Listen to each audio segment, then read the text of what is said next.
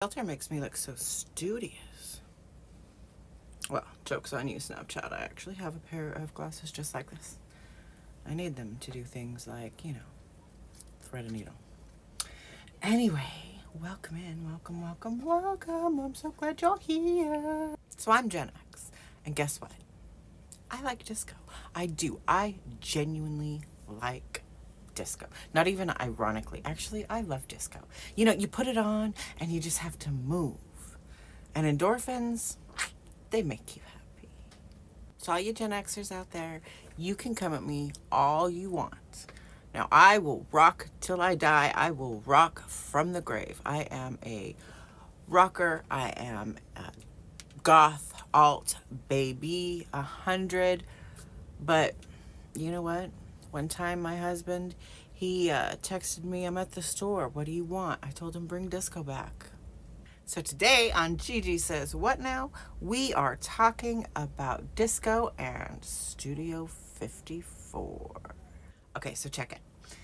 In like the late 1960s, disco popped up in places like Philly and New York, and it really began to dominate the underground clubs. And you know who dominated disco? Black women. Strong, beautiful black women. The number one disco song of all time was Shame by Evelyn King. Okay, so this was a time where, segregation had been outlawed in 1964, right? So it's really pretty new. And the ideologies and the habits that divided our community were still very much alive. The Stonewall wasn't raided until like 1969. So it was also around that time. So, division really had a living, breathing heartbeat across America. So the disco scene, there's a point to this, I swear. The disco scene is taken off, but it's not mainstream yet, right? But it's catching on, and people are finding themselves going to these underground clubs because they want to experience the music. Right, so now there's, white people going to black clubs and straight people going to gay clubs to get that disco experience. And, it was really the music that was kind of helping to bridge that divide. Daphne Brooke of Yale said that it was both sound and sight that enabled those who were not recognized in the dominant culture to be able to see themselves and derive pleasure. And I think that really kind of sums up what disco meant to that era and that time. And pleasure definitely was a dominating trope in disco. I mean, listen to the lyrics, y'all. Whew. Hot, hot, hot, hot. In 1974, Gloria Gaynor's Never Say Goodbye was one of the first albums ever specifically mixed for club play. So it's around this time that these two dudes, they meet up in college, and they have different majors and everything, but they hit it off, and they become like, besties for life. And after they graduated, while they had different fields of study and went into different perspective fields of work, the work they did together, like my kitty, they really meshed well together. So they decided to partner up. And I think they had a restaurant or a catering business or something like that. And then they had another club. And then they were like, they wanted to go where the money was. So they opened up a club. They found a building that was sitting empty. It had a really rich history. It had been a theater, and then it was a studio, a television studio after that. But it was just sitting empty. So they were like, let's renovate that place. And they put their all into the renovations and making this place a discotheque. They even used some of the stuff that was left back behind. I believe it was CBS, in the renovations of this club. It was one of the first clubs where the DJ had their own booth and there was a separate lighting stage.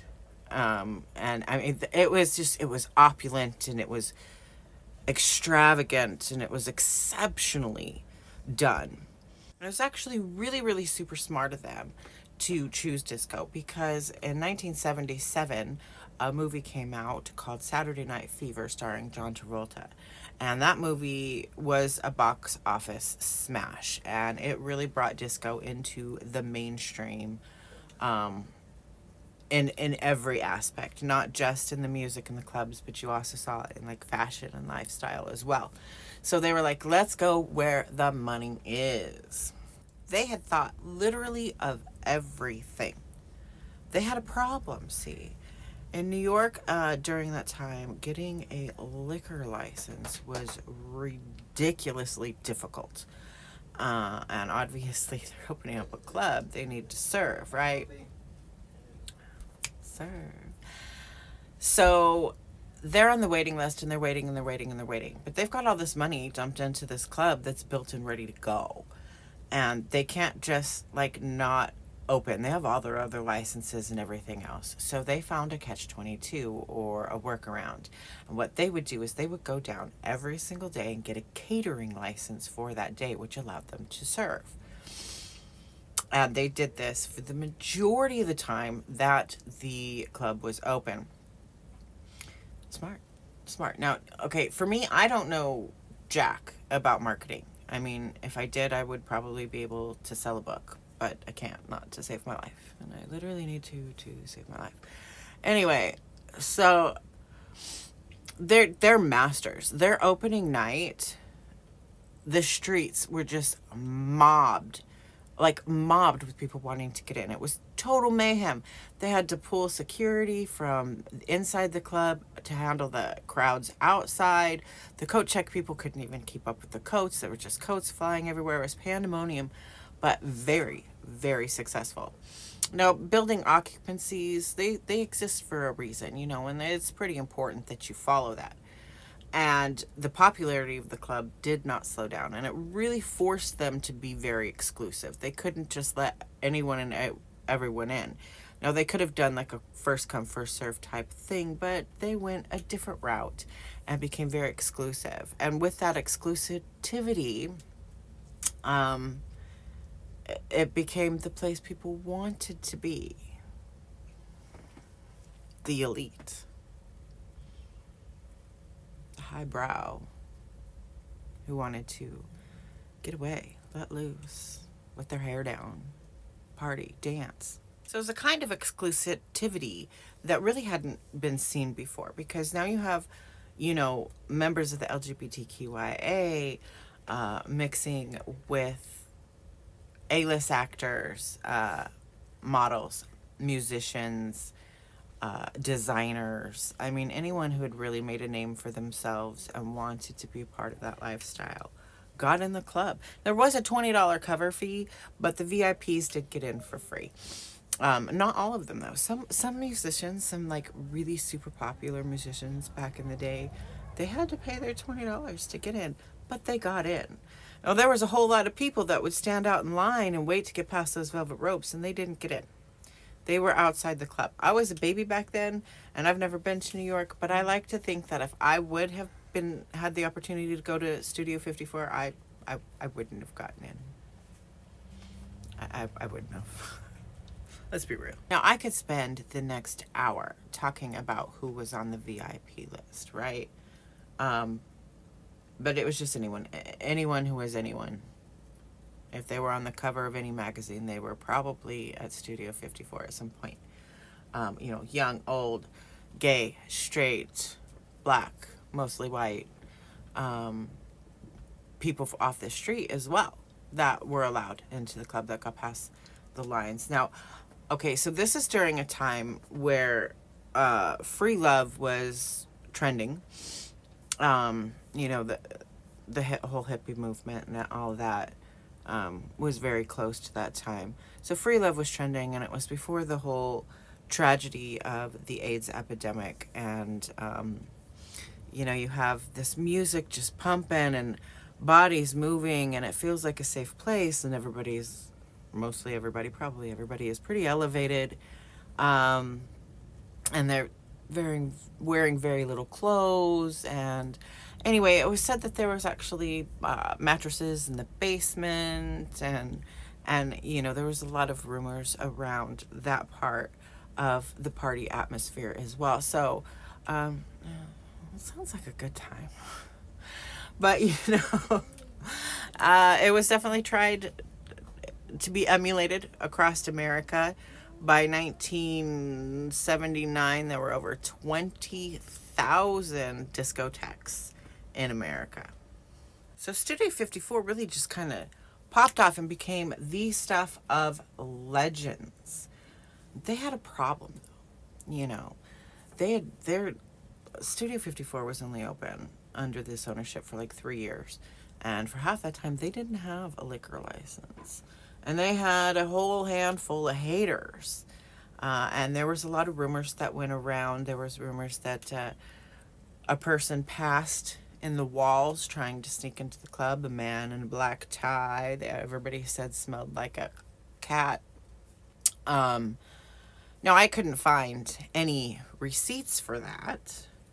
But it was also rumored that there were M's in the drop ceilings, hidden in the drop ceilings. So in 1978, they were raided by the IRS, and guess what the IRS did find?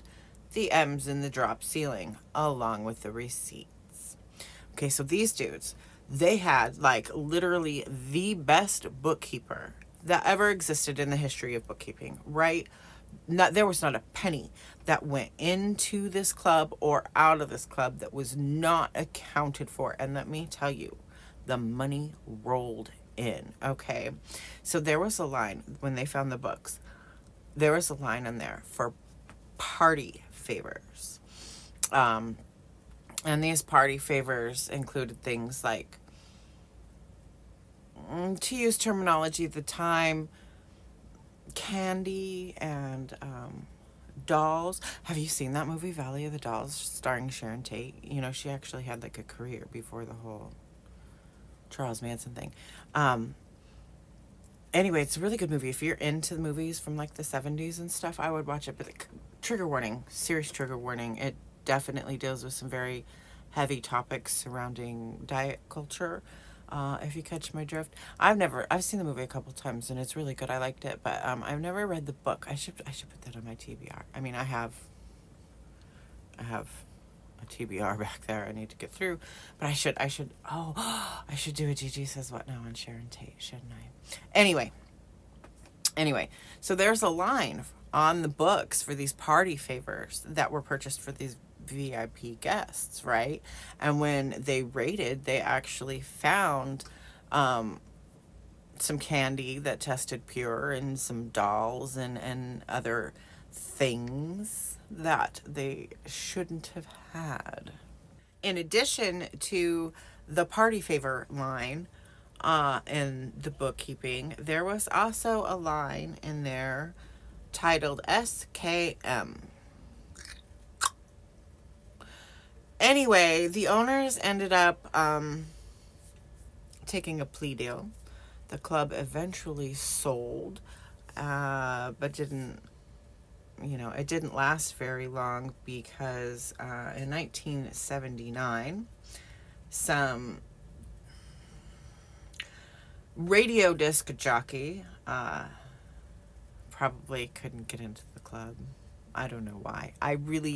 There's a whole backstory on this guy and why he did what he did, but he set up this promo with a baseball team at their stadium, and he was like, let's do a death to disco night, and people can bring in their old disco records and we'll destroy them and they can get a discount to get in. It's good for the stadium because they were losing business and weren't filling seats, and it's good for my radio station. And so he announces it on his radio station, and the night of the game, all of these people come in and they're bringing their records, and they're bringing disco records, but they're not just bringing disco records. They're also bringing like R&B records and jazz records and other predominantly black music. And they're just destroying them.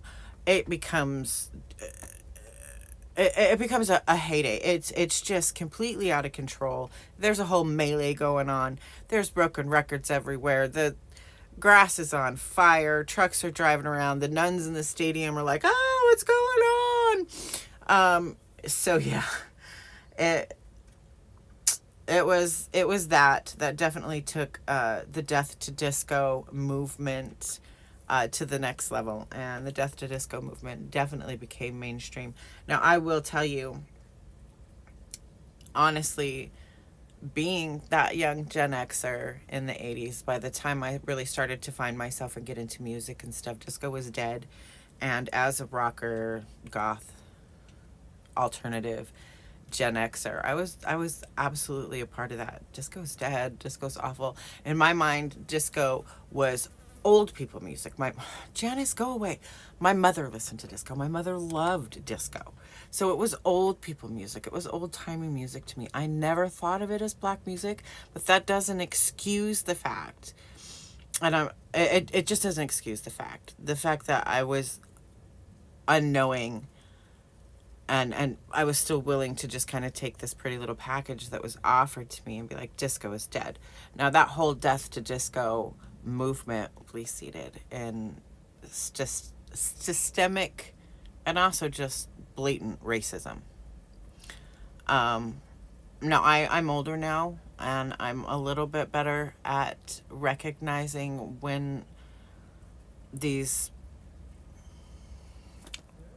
racist ideologies try to get slipped on through, and they're packaged in a pretty with a pretty bow in a certain way, and it's never really said this is racist, but it is.